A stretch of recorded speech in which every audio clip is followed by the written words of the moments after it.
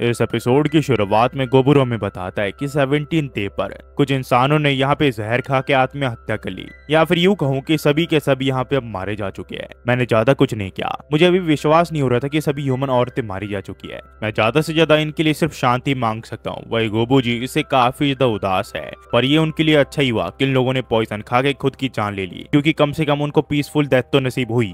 हमें फिर 26वें दिन दिखाया जाता है, जहाँ गोबुरो में बताता है कि कुछ दिन के बाद मैंने अपनी जनरेशन के जितने भी गॉब्लिन्स थे उन सबको यहाँ पे ट्रेन करना चालू कर दिया, और उसी के साथ मैं तरह तरह के जानवर की मीट खाने लगा ताकि मैं और ज्यादा ताकतवर बन पाऊं और उनके एबिलिटीज को अच्छे से यूज कर पाऊं। तभी यहाँ पे ये देखता है कि कुछ लोग इन्हीं की तरफ बढ़ रहे होते हैं और ये भी गॉब्लिन होते हैं। गोबुरो इनको देख के सावधान हो जाता है, वो सोचता है कि लगता है ये इन्वेडर्स है, पर यहाँ पे गोबू जी से बताता है कि वो इन्वेडर्स नहीं है, वो उसके फादर के जनरेशन के लोग हैं। और इस ग्रुप का लीडर हॉपकिन नाम का एक गॉब्लिन होता है, जिसे देख के गोबू जी काफी खुश होता है। और तभी गोबरू देखता है कि ये अपने साथ कुछ लड़कियों को भी लाए होते हैं, जिन्हें देख के गोबरू को इनके ऊपर दया आ जाती है। दरअसल गॉब्लिन की जो ब्लड लाइन होती है वो काफी स्ट्रांग होती है, इसी वजह से अगर इन दोनों का डीएनए मिक्स हुआ तो आखिर में एक गॉब्लिन का ही बच्चा पैदा होगा। पर गोबरू इन लड़कियों के साथ कुछ गलत होने नहीं देना चाहता, इसी वजह से वो यहाँ पे इसके लीडर को कहता है कि अगर तुम बुरा न मानो तो मैं इन सभी लड़कियों को यहाँ पे ध्यान रखना चाहता हूँ। पर इसकी ये बात से ये गुस्सा हो जाता है और कहता है कि लड़के तुम हो कौन, तुम तो एक न्यू बॉर्न हो, आखिरकार तुम्हारी हिम्मत कैसे मुझसे ऐसे बात करने की। पर जैसे ही गोबरू के कॉलर पे हाथ लगाता है,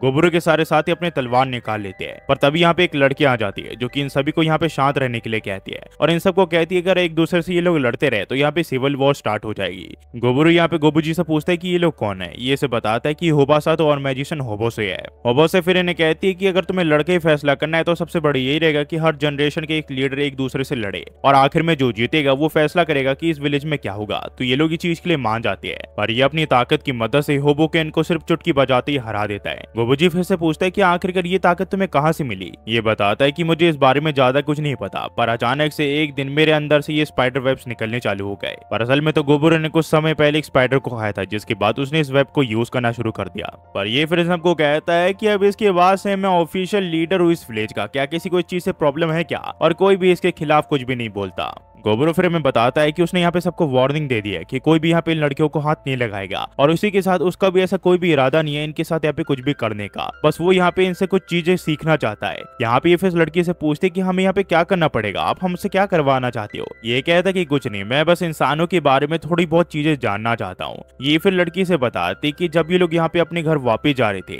तब इस गॉब्लिन के झुंड ने इनके ऊपर हमला कर दिया। इनकी जान तो बच गई, पर जितने भी सोल्जर्स थे उन सब ने यहाँ पे उन्हें मार दिया, और अब ये लोग काफी ज्यादा डरे हुए हैं कि आखिरकार अब इन लोगों के साथ क्या होने वाला है। ऐसे करते हुए कुछ और दिन बीत जाते हैं और हमें 28 डे में दिखाया जाता है, जहाँ पे गोबरू इनके लिए कुछ खाने के लिए लाता है और कहता है कि ये सब खा लो।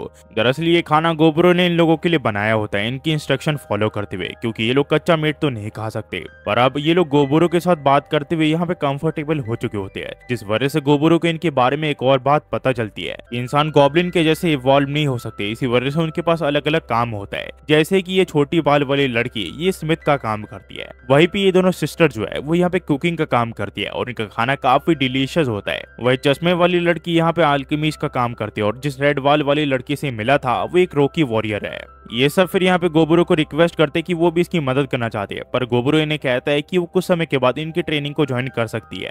गोबरू फिर यहाँ पे सभी गॉब्लिन को ट्रेन करने लग जाता है और इनके ऊपर शक्ति दिखा रहा होता है। वो इन्हें कहता है कि आखिरकार तुम अब तक कैसे सर्वाइव कर पाए, तुम इतने ज्यादा कमजोर क्यों हो। पर लोग इसके खिलाफ बोलने लग जाते हैं, तो गोबरू इन्हें यहाँ पे बहुत पीटता है ताकि उनकी अकल ठिकाने आ सके। गोबरू फिर हमें बताता है कि मैं कुछ दिन तक यहाँ पे हंटिंग में नहीं गया, उसकी जगह मैंने यहाँ पे ग्रुप एक्सरसाइज में ध्यान दिया ताकि यहाँ के रूल समझ सके और अपनी बॉडी को अच्छा बना सके। हमें फिर 31वें दिन दिखाया जाता है, जहाँ पे गोबरू और गोबीकीची एक दूसरे से लड़ रहे होते हैं ताकि वो ये देख सके कि कौन कितना ताकतवर बन चुका है। पर रात को जब गोबरू सो रहा होता है, उसे यहाँ पे लड़कियों के रूम से कुछ आवाज आती है जो कि गॉब्लिन्स की होती है, और वो लड़कियों के साथ कुछ गलत करने की सोच रहे होते हैं। वो यहाँ पे बात कर रही होती कि गोबरू इनका कुछ नहीं बिगाड़ सकता अगर एक बार इन लोगों ने इनके साथ कुछ कर दिया तो। पर इससे पहले ये सब इन लड़कियों के साथ कुछ भी गलत कर पाते, यहाँ पे गोबरू आ जाता है। उतने में यहाँ पे उस लड़की की भी आंखें खुल जाती है, क्योंकि यहाँ पे काफी शोर शराबा हो रहा होता है, और ये देखती है कि गोबरू यहाँ पे उन गॉब्लिन्स को मार रहा होता है जो कि इनके साथ यहाँ पे गलत काम करने के लिए आए होते हैं। यहाँ पे गोबरू से कहता है कि मैंने तुम्हें कहा था ना कि कोई भी इन लड़कियों को हाथ नहीं लगाएगा, पर वो इसे कहता है कि तुम्हें क्या पता एक ह्यूमन की औरतें कितनी ज्यादा खूबसूरत होती है और वो कितनी डिलीशियस होती है। इसकी ये बात सुनकर गोबरू को काफी डिस्गस्टिंग लगता है, तो उसे उसके मुंह पे लात मार के बेहोश कर देता है। इसके बाद ये इसे माफी मांगता है इसे डराने के लिए।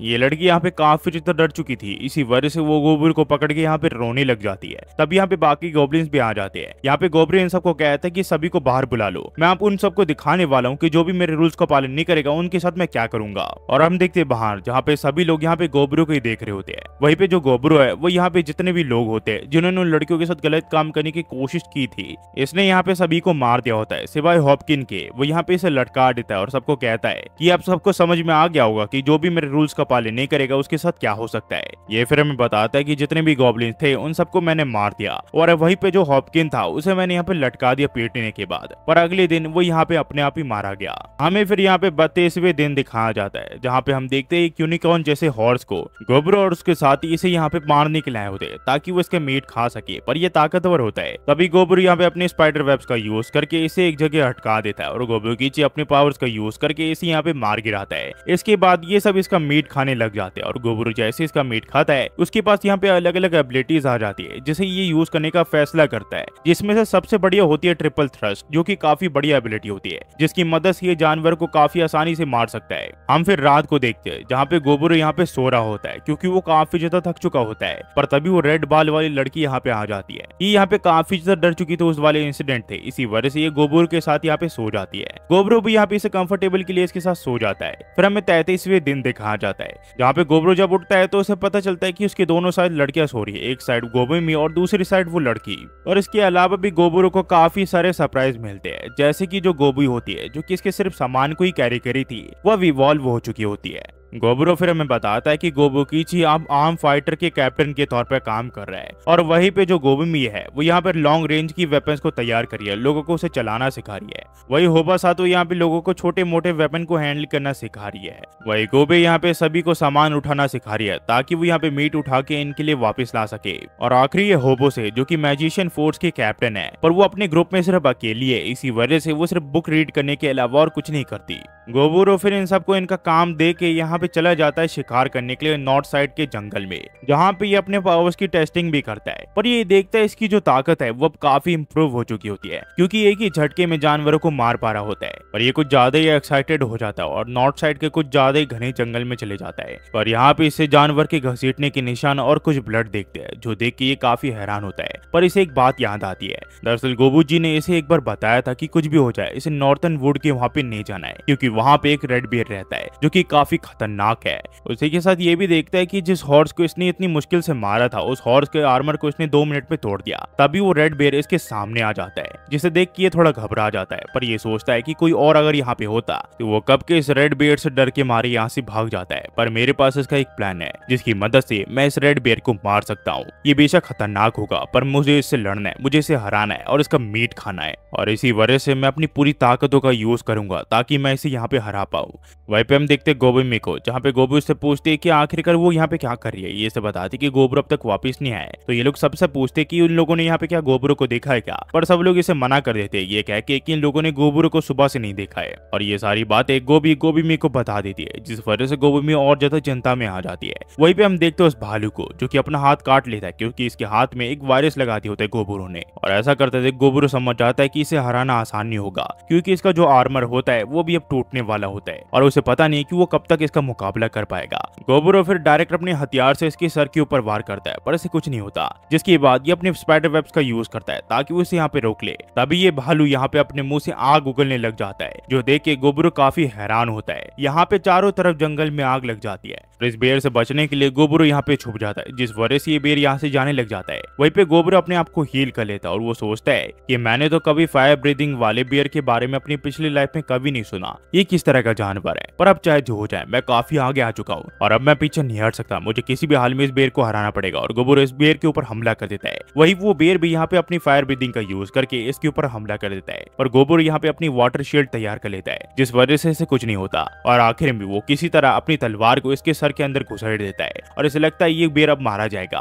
पर तभी वो बेर गोबरू के एक जोरदार हाथ मारता है, जिस वजह से गोबरू यहाँ पे काफी दूर जाके गिरता है। पर गोबरू ने अब तक हार नहीं मानी होती है क्योंकि वो समझ चुका होता है कि वो बेर अब आग उगल नहीं सकता, जिस वजह से इन दोनों का मुकाबला अब सिर्फ यहाँ पे स्ट्रेंथ के हिसाब से हो सकता है। गोबरो फिर यहाँ पे इसके ऊपर हमला करता है और ये बेर कुछ नहीं कर पा रहा होता, पर ये बेर फिर भी हार नहीं मानता। ये काफी ताकतवर होता है। गोबरो फिर दोबारा से इस बेर के ऊपर हमला करने के लिए जाता है, पर हम देखते हैं इस चक्कर में गोबरो का जो हाथ है वो यहाँ पे कट जाता है। हमें फिर 34वें दिन दिखाया जाता है जहाँ पे गोबरो के सीने में उस भालू का हाथ घुस चुका होता है और हमें लगता है कि गोबरो अब मर चुका है, पर गोबरो अभी भी जिंदा होता है। वो यहाँ पे इसकी मीट को लेता है और यहाँ पे खाने लग जाता है, जिस वजह से इसके पास यहाँ पे अलग अलग एबिलिटीज आने लग जाती है और ये और ज्यादा ताकतवर बन जाता है। पर इतनी ज्यादा एनर्जी यूज करने की वजह से गोबरो यहाँ पे काफी ज्यादा थक चुका होता है, इसी वजह से वो यहाँ पे बेहोश हो जाता है। और तभी इसका सिस्टम इसे एक ऑप्शन देता है कि क्या वो यहाँ पे और में इवॉल्व होना चाहता है क्या। ये चीज के लिए हाँ कर देता है और हमें यहाँ पे 35वें दिन दिखाया जाता है जहाँ पे हम देखते हैं जब गोबरो को होश आता है तो यहाँ पे वो तुरंत ही मीट खाने लग जाता है, जिसे खाते ही इसे यहाँ पे नई नई एबिलिटीज मिलने लग जाती है और ये इस चीज से काफी खुश होता है। पर ये देखता है इसकी जो नाइफ है वो अब काफी छोटी लग रही होती है उसे, ये कुछ समझ नहीं पाता। उसी के साथ ये अपने दूसरे हाथ को भी देखता है जो कि अब कट चुका होता है और इसे समझ में आ चुका होता है कि एक ऑर्ग में इवॉल्व हो चुका है। पर जब ये अपने विलेज के यहाँ पे आता है तो कोई भी यहाँ पे इसे पहचान नहीं पा रहा होता। उन्हें लगता है कि कोई ऑर्ग यहाँ पे इनके ऊपर हमला करने के लिए आया है। ये इन्हें बताता है कि यहाँ पे गोबरो है। तभी यहाँ पे गोबी में आ जाती है जो कि इसे पूछते है कि गोबरो आखिरकार तुम इतने दिन से कहाँ थे, तुम्हें पता है हमारी कितना ज्यादा चिंता हो गई थी। ये फिर यहाँ पे गुस्से में गोबरो को यहाँ पे एक जोरदार लात मारती है, पर उस वजह से उसे ही लग जाता है क्योंकि गोबरो की बॉडी जो है वो एक स्टील जितनी सख्त हो चुकी होती है। गोबी में फिर गोबरो से पूछते कि तुम्हें पता भी हम कितने ज्यादा चिंता थे तुम्हारे बारे में, आखिरकार तुम कहाँ थे। गोबरो इस चीज के लिए इसे माफी मांगता है। तभी गोबूजी से कहता है कि मुझे विश्वास नहीं हो रहा कि तुम एक महीने में इतने ज्यादा इवॉल्व हो चुके हो और साथ ही साथ तुमने नॉर्दर्न वुड के यहाँ पे रेड बियर को भी हरा दिया है। और गोबूजी की थोड़ी तारीफ के बाद सभी लोग यहाँ पे इसे अलग अलग क्वेश्चन पूछने लग जाते हैं, जिससे इसके सर दर्द हो जाता है। पर ये खुश होता है कि ये सर्वाइव करके किसी तरह घर पहुंच पाया। और यहाँ से जो कहानी है वो टू बी कंटिन्यू जाती है। इसका जो अगला एपिसोड है वो अगले हफ्ते आएगा, तब तक के लिए वेट कीजिए। और हाँ, आप ये बताना मत भूलना कि आपको हमारी एक्सप्लेनेशन कैसी लगी। अगर अच्छी लगी तो प्लीज एक लाइक कर देना और सब्सक्राइब भी कर देना। बुरी लगी तो वो अभी बता सकते हो कि कमेंट में क्या है क्या नहीं। और बस जाते हुए सिर्फ इतना ही कहूंगा, thanks for watching, next video मिलता है।